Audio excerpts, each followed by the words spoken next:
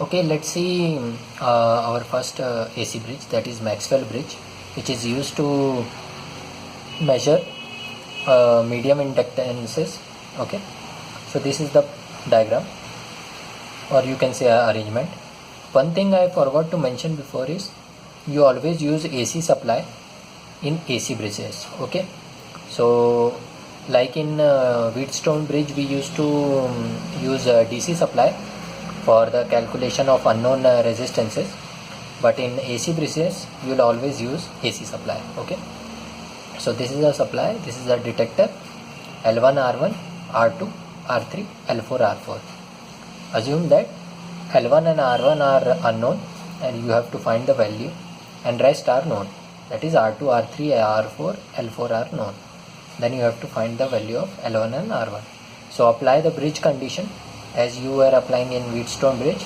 So the cross product will be equal, that is R1 plus j omega L1 into R3 and R4 plus j omega L4 into R2. Okay, so as soon as I will write in j omega form, I don't have to satisfy magnitude and phase condition separately, both will be covered in this. Okay, so now you will multiply R1 R3 this j omega L1 R3, sorry, it should not be there. Okay, so this will come out to be, and now here R2 R4 and j omega L4 R2. Okay, now you equate the real and imaginary part. Real part is this and this, imaginary part is this and this. So equating real part, what you will get, R1 R3 equal to R2 R4, and if you equate the imaginary part, you will get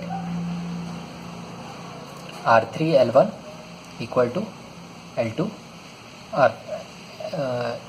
L1 R3 equal to R2 L4. Okay, if you rearrange it, R1 will be R2 R4 divided by R3 and L1 will be R2 L4 divided by R3.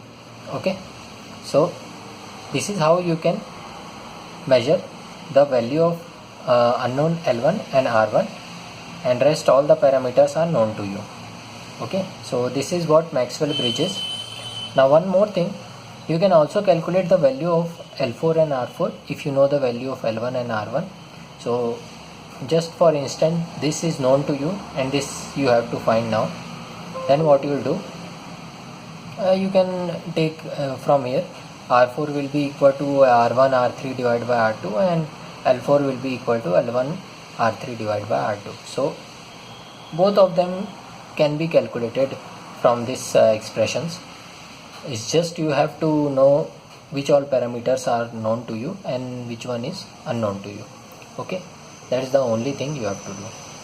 So this is the way you can calculate the value of unknown inductances. Okay, and this is for medium kind of inductances.